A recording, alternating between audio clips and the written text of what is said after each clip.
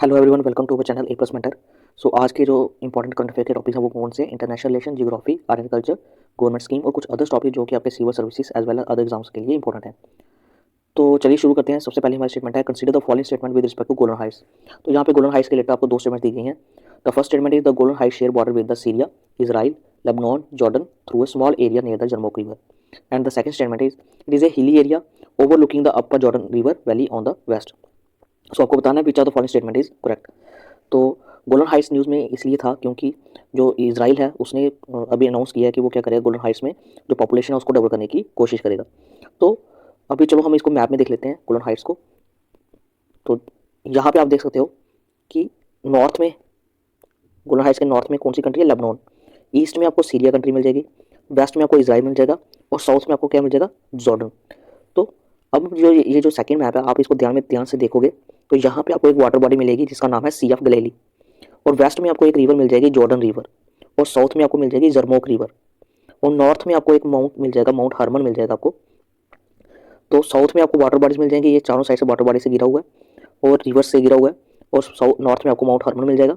और ये कुछ कंट्रीज हैं, neighbouring countries, Israel, Jordan, Syria और लेबनान, जो कि गोलन हाइट्स की नेबरिंग कंट्रीज है। तो ये आपको याद रखना है।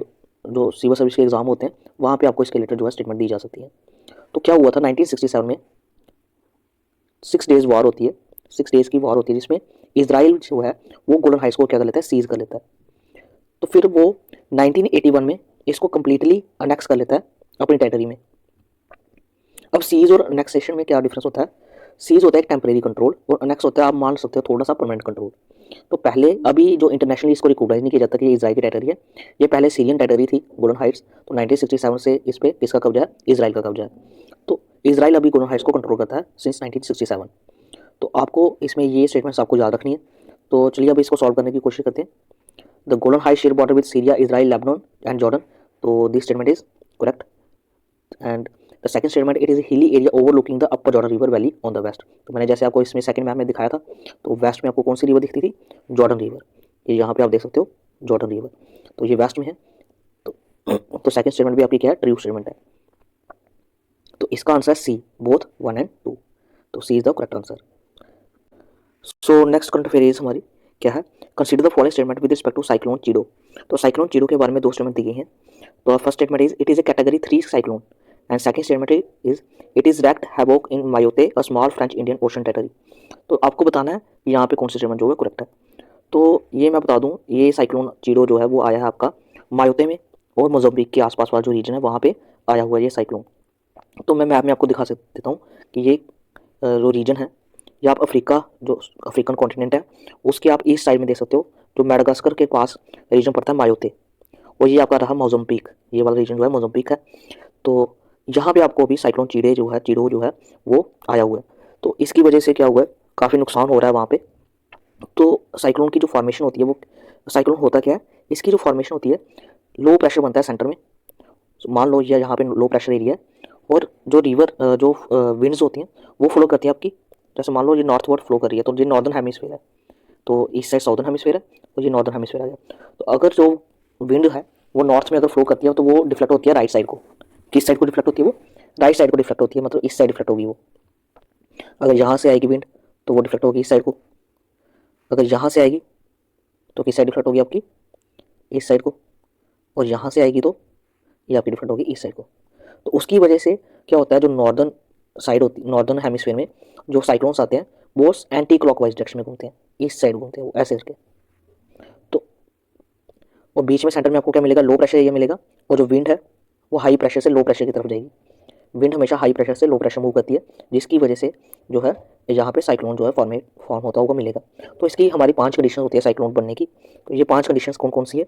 सबसे पहला, जो आपका जो आसपास वाला एरिया होगा वो सी सरफेस टेम्परेचर वो हायर होना चाहिए। मतलब सबसे पहले आपकी आसपास क्या होना चाहिए, सी होना चाहिए कोई, और उसका टेम्परेचर 27 डिग्री सेल्सियस से हायर होना चाहिए। कोरोलिसिस फोर्स होना चाहिए। और सेकंड, थर्ड आती है आपकी वर्टिकल विंड स्पीड में वेरिएशन होना चाहिए। और वीक लो प्रेशर एरिया होना चाहिए। और एक अपर डाइवर्जेंस, जब वो हवा ऊपर की तरफ जाती है तो वो डाइवर्ज होनी चाहिए ऐसे करके। तो अब जहाँ पे बताया गया है, जैसे कि जो साइक्लोन चिडो है ये आपको मैंने बताया आपको कहाँ पे आया, मोजाम्बिक और फ्रेंच टेरिटरी म्योते। तो म्योते आपको पूछा जा सकता है किस ओशन में पाई जाती है, तो ये इंडियन ओशन में पाई जाती है ये टेरिटरी। तो इसमें ये जो स्टॉर्म है ये कैटेगरी 4 का स्टॉर्म है। तो कैटेगरी 4 में 220 किलोमीटर की स्पीड से जिसकी अबव होती है स्पीड, उसको हम कैटेगराइज करते हैं कैटेगरी 4 में। तो यहाँ पे 5 कैटेगरी के स्टॉर्म पाए जाते हैं। कैटेगरी 1 में 120 टू 150 किलोमीटर पर आवर की स्पीड रहती है स्टॉर्म की। कैटेगरी 2 में 150 to 180 kilometre per hour. Category 3 में 180 टू 210 किलोमीटर पर आवर। और कैटेगरी 5 में 250 किलोमीटर पर आवर। तो ये साइक्लोन जो चीरो है ये कैटेगरी 4 कैटेगरी का स्टॉर्म है। मतलब इसकी जो स्पीड रहेगी वो 220 किलोमीटर पर आवर की स्पीड रहेगी, या उससे ऊपर रह सकती है। तो यहाँ पे जो दो स्टेटमेंट दी गई हैं आपको वो कौन सी है? तो फर्स्ट स्टेटमेंट जो है वो आपकी फर्स्ट स्टेटमेंट है, it is not a category 3 cyclone, it is A category 4 cyclone. और ये आपका आया मायुते में, small French Indian ocean territory है ये। तो सेकंड स्टेटमेंट जो है वो आपकी करेक्ट स्टेटमेंट है। तो B is the right answer. So next हमारी आती है, consider the following statement with respect to Birhor tribe. तो यहाँ पे बिरहोर ट्राइब के बारे में पूछा गया है, ये कौन? तो दो स्टेटमेंट दी गई है आपको, दिया है they are particularly vulnerable tribal group, forest dependent and belong to a semi nomadic tribal community. And the second statement is they are found in Jharkhand, Orissa, Chhattisgarh and West Bengal. तो पर्टिकुलरली जो वल्नरेबल ट्राइबल ग्रुप्स होते हैं, तो India में 75 particularly vulnerable tribal groups जो है वो पाए जाते हैं। तो इसका जो क्राइटेरिया है पर्टिकुलर वल्नरेबल ट्राइबल ग्रुप के लिए, वो क्या है? सबसे पहले जो इनकी जो एग्रीकल्चर टेक्नोलॉजी होनी चाहिए वो प्री एग्रीकल्चर लेवल की होनी चाहिए, मतलब पुराने जमाने की टेक्नोलॉजी होनी चाहिए, अभी इतना एडवांस नहीं होनी चाहिए वो। तो सेकंड आता है लो लेवल ऑफ लिटरेसी, वो इतने पढ़े लिखे नहीं है। इकोनॉमिक बैकवर्डनेस है उनमें, अभी भी जो उनकी पॉपुलेशन है वो क्या है, डिक्लाइनिंग हो रही है या स्टैग्नेंट है उनकी, जहाँ तो पॉपुलेशन की कम कम हो रही है, जहाँ उनको वो एक जगह पे स्टैग्नेंट है वो। तो ये कुछ 4 क्राइटेरिया जिसके लिए अगर ये क्राइटेरिया जो फॉलो करता है तो उसको हम आइडेंटिफाई करेंगे पर्टिकुलरली वल्नरेबल ट्राइबल ग्रुप। तो इंडिया में 75 ट्राइबल वल्नरेबल ग्रुप जो है वो पाए जाते हैं। तो ये जो बिरहोर ट्राइब है ये आपको कहाँ पे मिलती है? झारखंड, उड़ीसा, छत्तीसगढ़ और वेस्ट बंगाल में। और ये इनके द्वारा जो लैंग्वेज बोली जाती है वो बिरहोर लैंग्वेज बोली जाती है। तो ये न्यूज़ में इसलिए थी क्योंकि जो झारखंड की बिरहोर ट्राइब है उसने अभी मूवमेंट लॉन्च की है against child marriage for the first time. तो जो चाइल्ड मैरिज के अगेंस्ट इन्होंने मूवमेंट लॉन्च की है, इसलिए ये जो ट्राइब है ये न्यूज़ में थी। तो अब इसका जो पहली स्टेटमेंट है वो क्या है? ट्रू स्टेटमेंट है। ये एक पर्टिकुलर वल्नरेबल ट्राइबल ग्रुप है जो कि पाया जाता है आपके झारखंड, उड़ीसा, छत्तीसगढ़ और वेस्ट बंगाल में। तो both 1 and 2 C is the correct answer. So next statement हमारी आती है, consider the following statement with respect to Charak initiative. तो चड़क इनिशिएटिव यहाँ पे पूछा गया, तो इसके रिलेटेड दो स्टेटमेंट है। It is aimed at providing free treatment for patients suffering from identified life threatening disease belonging to every section of Singrauli reason.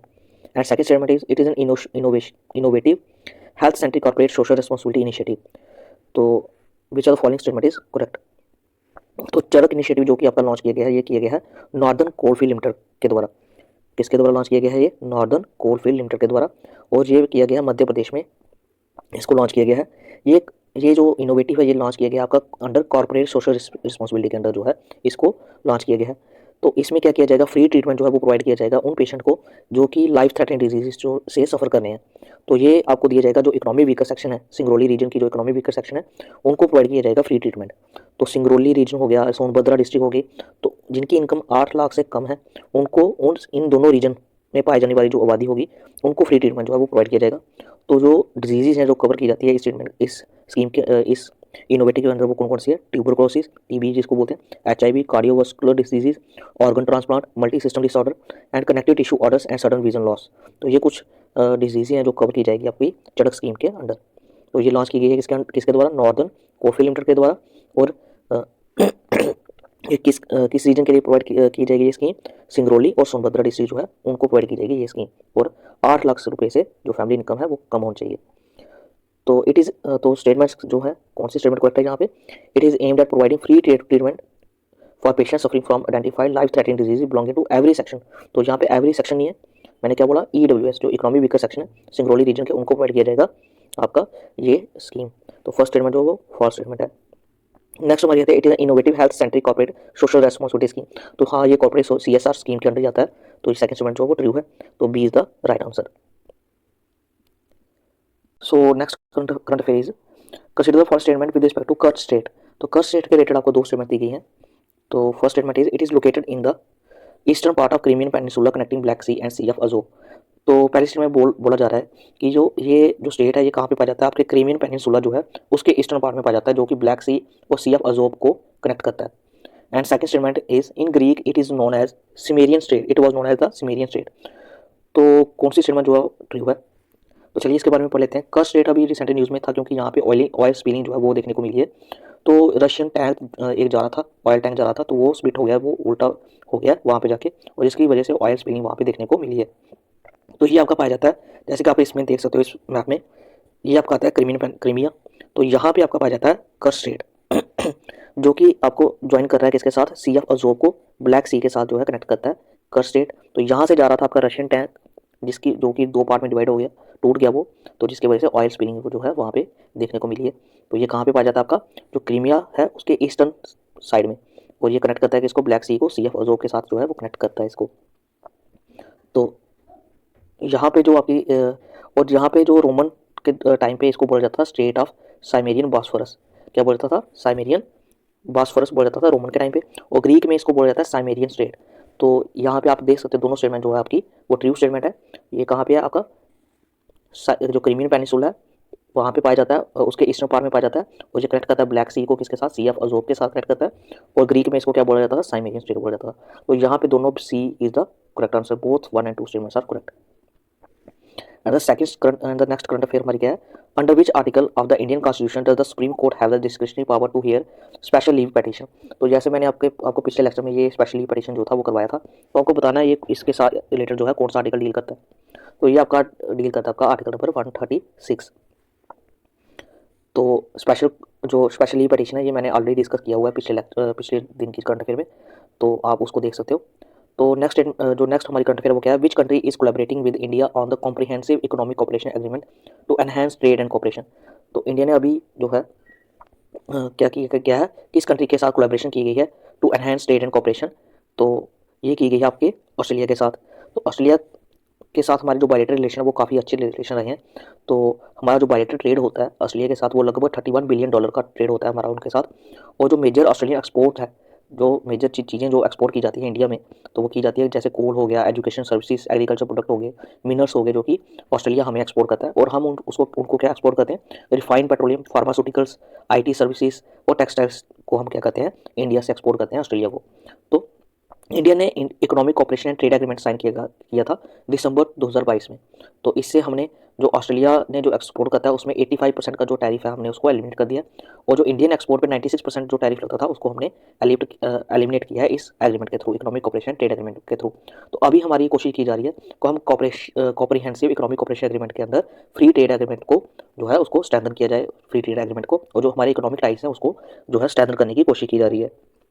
तो हमारा जो डिफेंस टाइज है, जैसे कि हम जानते हैं कि ये इंडिया, ऑस्ट्रेलिया, जापान और US जो है वो कोऑर्डिनेटिव पार्टनर है क्वाड में, और साथ में जो मालाबार एक्सरसाइज होती है उसमें भी जो है ऑस्ट्रेलिया ने इस बार पार्टिसिपेट किया हुआ था। तो हमारे जो डिफेंस और स्ट्रेटजी टाइज हैं वो भी हमारे अच्छे हैं, और इकोनॉमिक रिलेशन भी हमारे इसके साथ बहुत अच्छे हैं। तो यहाँ पे कौन सी कंट्री है जिसने कोलैबोरेशन किया है कॉम्प्रिहेंसिव इकोनॉमिक कोऑपरेशन एग्रीमेंट के लिए, ये किया हमारी ऑस्ट्रेलिया ने।